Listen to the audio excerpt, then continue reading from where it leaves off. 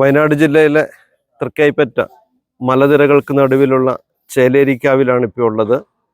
അപ്പോൾ ഈ അമ്പലത്തിലെ വിശേഷങ്ങൾ കാണാം. വായോ.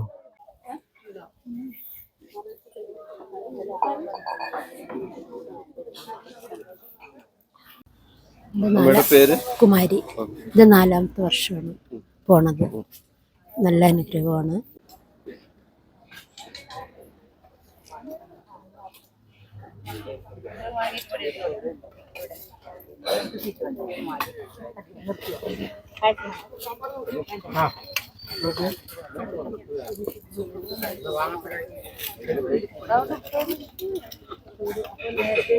ഒന്ന് പ്ലേറ്റ് ഒന്ന് എടുത്തോട്ടെ.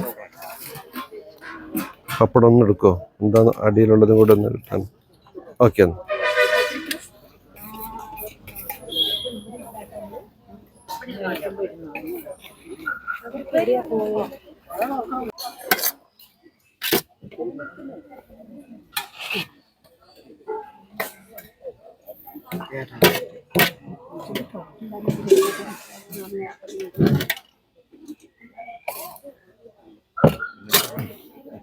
തമ്പേണ്ട ഭക്ഷണം കഴിക്കില്ലേ?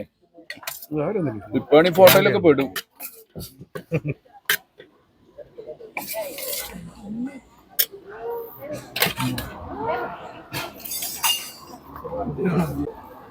കഴിക്കല്ലേ?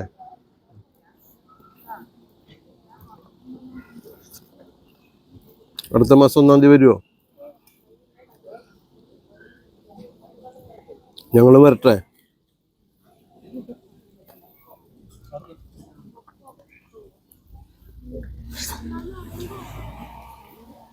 ചൂടുണ്ടോ? കഞ്ഞിവെള്ളം കുട്ടി കഴിക്കുള്ളൂ.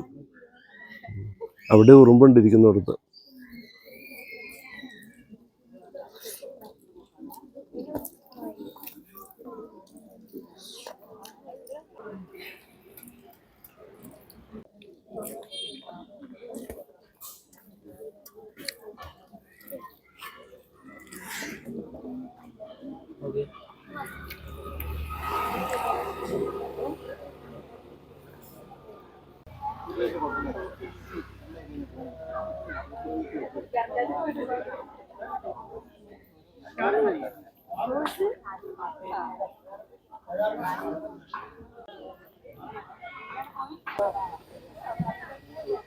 എന്താ പേര്?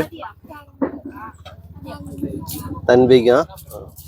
അമ്പലത്തിലെ പ്രസാദമൊക്കെ ഇഷ്ടമാണോ കഴിക്കാൻ? ഒന്ന് കഴിച്ചോ.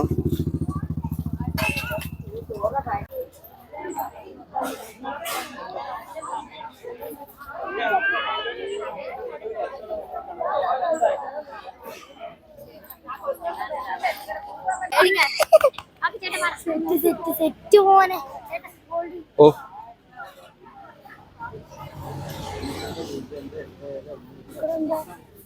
വയനാട് ജില്ലയിലെ തൃക്കൈപ്പറ്റയുള്ള ചേലാരി അമ്പലത്തിലാണ് ഇപ്പോൾ ഉള്ളത്. അപ്പോൾ അമ്പലത്തിനെ കുറിച്ചുള്ള ഐതിഹ്യം നമുക്ക് കേൾക്കാം. ചേലേരി ശ്രീ പോർക്കലി ഭദ്രകാൾ ക്ഷേത്രം ഇത് ഒരു മഹത്തായ ഒരു ദേവീക്ഷേത്രമാണ്.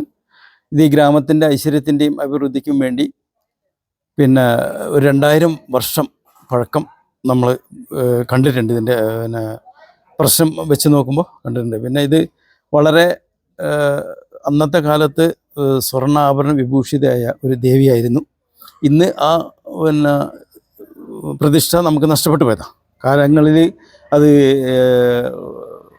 നഷ്ടപ്പെട്ടു പോയി. നമുക്ക് അതിൻ്റെ ഭൂമികൾ നഷ്ടപ്പെട്ട് ഈ ദേശത്തിൻ്റെ ഒട്ടനവധി ഭൂമി ഈ ക്ഷേത്രത്തിലുള്ളതാണ്. അപ്പോൾ ആ ക്ഷേത്രത്തിൻ്റെ അതൊക്കെ നമുക്ക് കാലഹരണപ്പെട്ടു പോയതാണ്.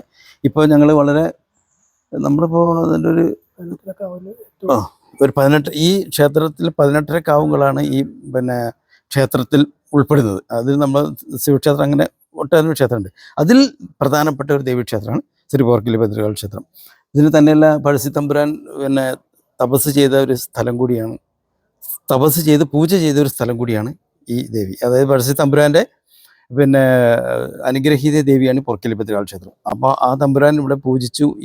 ഈ അമ്പലത്തിൽ ധ്യാനത്തിലിരുന്ന് പൂജിച്ച് അങ്ങനെ ഒരു പുണ്യം കൂടി അമ്പലത്തിനുണ്ട്. പിന്നെ ഈ അമ്പലത്തിൻ്റെ പ്രത്യേകത എന്ന് പറഞ്ഞാൽ ഈ അമ്പലത്തിൽ നമ്മൾ എന്തുദ്ദേശിച്ച് വന്ന് പ്രാർത്ഥിച്ചാലും അത് നടക്കും എന്നാണ് നമ്മളെ അനുഭവവും ഈ ദേശത്തിൽ ഐതിഹ്യവും അനുഭവവും ഒക്കെ അതാണ്. പിന്നെ പോർക്കലി ഭദ്രകാളി എന്ന് പറഞ്ഞാൽ ഇത് കാവൽ ദേവതയാണിത്, ഈ ദേശത്തിന്റെ കാവൽക്കാരി. അപ്പം അതുകൊണ്ടാണ് യുദ്ധത്തിന് പോകുമ്പോൾ പഴശ്ശിത്തമ്പുരാൻ ഈ അമ്മയുടെ അനുഗ്രഹം മേടിച്ചിട്ടാണ് പോയിട്ടുള്ളത്. അപ്പം തന്നെയല്ല നമ്മൾ ഈ കൃഷി, നെൽകൃഷി അതേപോലെ മറ്റുള്ള കൃഷികളൊക്കെ ഇവിടെ നടത്തിയിട്ട് അത് കഴിഞ്ഞ് വരുമ്പോൾ അതിൻ്റെ ഒരു വിളവിൽ ഒരു ഭാഗം ഈ അമ്പലത്തിൻ്റെ നടയിൽ കൊണ്ട് കാണിച്ച് വെക്കുകയും കർഷകർക്ക് അതൊരു മാനസികമായിട്ടുള്ളൊരു അഭിവൃദ്ധിയും പിന്നെ എല്ലാം ഉണ്ടാകുന്നതാണ്. ഇപ്പോൾ ഈ കാലക്കാരൻ ഈ സമയത്ത് നമുക്ക് ഇപ്പോൾ അത് നഷ്ടപ്പെട്ടു പോയെങ്കിലും പണ്ടുള്ള കാലങ്ങളിൽ അങ്ങനെ അനുവർത്തിച്ച് വന്നിട്ടുണ്ടായിരുന്നു. പിന്നെ ഇതിപ്പോൾ ഈ ലെവലിലായിട്ട് ഇപ്പോൾ വളരെ കുറച്ചായിട്ടുള്ളൂ. അത് ടിപ്പു സുൽത്താൻ്റെ പടയോട്ട കാലത്ത് അത് നശിപ്പിച്ചു പോയി എന്നുള്ളതാണ് ഞങ്ങളെ കിട്ടിയ അറിവ്. അപ്പോൾ ഞങ്ങളിതിലേക്ക് വന്നിട്ട് കുറച്ചായിട്ടുള്ളൂ. വന്നതിന് ശേഷം ഞങ്ങൾ പിന്നെ ക്ഷേത്രം പുതുക്കി പണിയുകയും മറ്റുള്ള കാര്യങ്ങൾ ഇവിടെ ഒന്നുമില്ലായിരുന്നു. ഒരു മരവും 2 തറ, ശിലേൻ്റെ 2 തറ മാത്രമേ ഉള്ളൂ. ബാക്കിയുള്ള ഈ നാട്ടുകാരുടെയും ഈ ദേശത്തിൻ്റെ എല്ലാവരുടെയും പിന്നെ അനുഗ്രഹവും പിന്നെ എല്ലാ ഇതും സഹകരണം കൊണ്ടാണ് ഈ അമ്പലം ഇപ്പോൾ ഇന്നിവിടെ നിൽക്കുന്നത്. ഇന്ന് ഞങ്ങളിപ്പോൾ ഞങ്ങൾ ഈ ക്ഷേത്ര കമ്മിറ്റി, ഈ കമ്മിറ്റി വന്നതിന് ശേഷം അന്നദാന മണ്ഡപം പിന്നെ അങ്ങനെ ഒത്തിരി കാര്യങ്ങൾ ഞങ്ങളിവിടെ ചെയ്യുകയുണ്ടായി. അതേപോലെ ഞങ്ങൾക്ക് ഒരുപാട് കാര്യങ്ങൾ ചെയ്യാനുണ്ട്. ഞങ്ങൾക്കൊരു അന്നദാന മണ്ഡപം അത് അർജൻറ്റായിട്ട് വേണം. ഇപ്പം തന്നെ നിങ്ങൾ കണ്ടതാണ്. കാരണം നമ്മളൊരു മഴ പെയ്താൽ നമുക്ക് അന്നദാനം ഞങ്ങൾ വെച്ചുണ്ടാക്കും, പക്ഷെ അത് കഴിക്കാനുള്ളൊരു ഇതില്ല. അപ്പോൾ അതിലേക്ക് ഞങ്ങൾ അടുത്ത സ്റ്റെപ്പ് അതാണ്, ഒരു അന്നദാന മണ്ഡപം ഉണ്ടാക്കുക എന്നുള്ളത്. അപ്പോൾ അതിന് ഞങ്ങൾ ഒരു പിന്നെ പ്രാഥമിക പരിപാടിയിൽ നിലയിൽ ഞങ്ങൾ കടന്നിട്ടുണ്ട്. ഏകദേശം ഈ 2025, 26, 27 കൂടി ഞങ്ങൾക്ക് പൂർത്തിയാക്കണമെന്ന് ആഗ്രഹമുണ്ട്. അതിന് എല്ലാ ഭക്തജനങ്ങളും സഹകരിക്കണം എന്നാണ് ഞങ്ങൾക്ക് പറയാനുള്ളത്. അതുമായിട്ട് ബന്ധപ്പെട്ട് വലിയൊരു 1/2 ഏക്കറോളം ഒരു കുളമുണ്ട് ഇവിടെ. ആ കുളം ഒന്ന് ഉദ്ധരിക്കണം. ആ കുളം ഉദ്ധരിക്കുമ്പോൾ തന്നെ ഈ ക്ഷേത്രത്തിന്റെ ഐതിഹ്യങ്ങൾ അല്ല, ഇപ്പൊ കാട് പിടിച്ചിട്ടാ. അത് 1/2 ഏക്കർ. അത് ചെയ്യണമെങ്കിൽ ഇപ്പൊ എന്തായാലും നമ്മൾ പെട്ടെന്ന് നമുക്ക് ചെയ്യാൻ കഴിയില്ല, ഒത്തിരി ഫണ്ട് വേണം. അപ്പൊ അത് ചെയ്യുമ്പോൾ അതിന്റെ ചിട്ടയോട് കൂടി ചെയ്യും വേണം. കല്ലുകൊണ്ട് കിട്ടിയ കൊള്ളാണോ എന്നാണ് അറിയപ്പെടുന്നത്. മണിക്കിണറൊക്കെ ഉണ്ടെന്നാണ്. നമ്മളത് മണ്ണ് മൂടി പോയതാണ്. ഇനി അത് നമ്മൾ തോണ്ടുമ്പോൾ എന്താണ് അതിൽ കാണാനുള്ളതെന്നുള്ളത് നമ്മൾ തോണ്ടിയ ശേഷം അതെ നഷ്ടപ്പെട്ടു പോയി ചിലപ്പോൾ അതിലുണ്ടാകും എന്നുള്ളതാണ് പലരുടെയും കണക്കുകൂട്ടൽ. അപ്പൊ അങ്ങനെയൊക്കെ നമ്മൾ വളരെ ശ്രദ്ധിച്ചിട്ട് ചെയ്യാൻ പറ്റും. ശ്രദ്ധയോടെ ചെയ്യണം. സാമ്പത്തികം ഒക്കെ ഇതിനു വേണ്ടി. അതെ. എന്തായാലും ഈ ഒരു ദേശത്തിന്റെ ഉണർവിനും ഉന്മേഷത്തിനും മനുഷ്യരുടെ പിന്നെ എല്ലാ മലയാളം മാസം 1-ാം തീയതിയാണ് ഞങ്ങളത് ഇവിടെ പൂജ നടത്തുന്നത്. അത് ഞങ്ങൾ അന്നദാനം, പിന്നെ വിശേഷാൽ പൂജ, വിജയദശമി, പിന്നെ തുലാപ്പത്ത്, പിന്നെ അതേപോലെ വിശേഷാൽ പൂജകൾ ഞങ്ങളെല്ലാം ചെയ്യുന്നുണ്ട്. വിഷു എന്ന് പറഞ്ഞാൽ വിഷുവിന് വിഷുവിളക്ക്, പിന്നെ അതേപോലെ കൈനീട്ടം, അതൊക്കെ ഇവിടെ ഒരു പ്രധാന ചടങ്ങാണ്. ഇവിടെ വരുന്ന എല്ലാ ഭക്തർക്കും ഞങ്ങൾ കൈനീട്ടം കൊടുക്കും. ഇങ്ങനെയൊക്കെയാണത് കൊണ്ടുവരുന്നത്. അപ്പോൾ എന്താ പറയുക, ഒരു ദേശത്ത് ഇതുപോലെ എന്താ പറയുക, അമ്പലമായാലും ആരാധനാലയങ്ങൾ ഏതായാലും അവരുടെ ഭൗതികവുമായ മാനസികവും ശാരീരികവുമായ ഐക്യത്തിനും വികാസത്തിനും ഒക്കെ ഉതകുന്നതാണ്. അതെ. അപ്പോൾ ഈ നാടിന്റെ ഉന്നതിക്കും ഉന്നമനത്തിനും ഈ അമ്പലം നിലനിൽക്കട്ടെ, വളരട്ടെ എന്ന് ആശംസിക്കുകയാണ്. ഓക്കെ. അപ്പോൾ